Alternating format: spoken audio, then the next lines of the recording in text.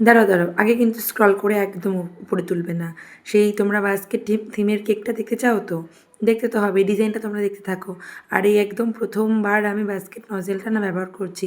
এর আগে আমি কখনো ব্যবহার করিনি, তাই একটু ভুল হয়ে গেছিলো, কিন্তু ভুলটা শুধরে নিয়ে আমি তৈরি করে ফেললাম। এই কেকটা বানার পর আমার মেসেঞ্জারে এত মানুষ কমেন্ট করেছে যে এই কেকটার ডিজাইনটা তাদের চাই, যার এক্স্যাক্ট সেম ডিজাইন জন্য আমার 2-3 জায়গায় বুকও হয়ে গেছে। তাদের হয়তো কিছুদিন পরে চাই, কিন্তু এই ডিজাইনটাই সেম চাই।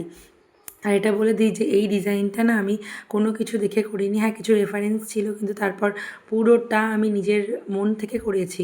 আর সবথেকে অ্যাট্রাকটিভ হলো ওই বাস্কেটের ফুলগুলো, যেগুলো আমি নিজে থেকে ডিজাইন করেছি, কোনো কিছু দেখে করিনি। তাই তোমরা যারা বলছো না যে পুরো একই রকম ফুল চাই, আমি জানি ফুলগুলো তোমাদের খুব পছন্দ হয়েছে, কিন্তু একটু তো আলাদা হবেই না। তবুও আমি চেষ্টা করব আমার পুরোটা দিয়ে করার। আর হ্যাঁ, অবশ্যই জানিয়ে রাখি এই কেকটা তো ক্রিম একটু বেশি থাকবে, তবে অবশ্যই তোমরা ম্যানেজ করে নিও।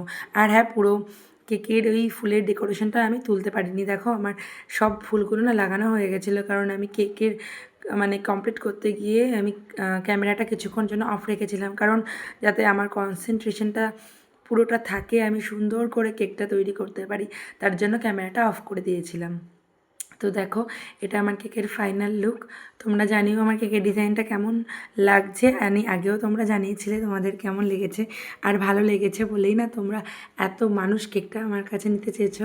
অবশ্যই তোমাদের আশা ফুলফিল করার চেষ্টা করব। তো দেখা হবে নেক্সট কোনো ভিডিওতে। আজকে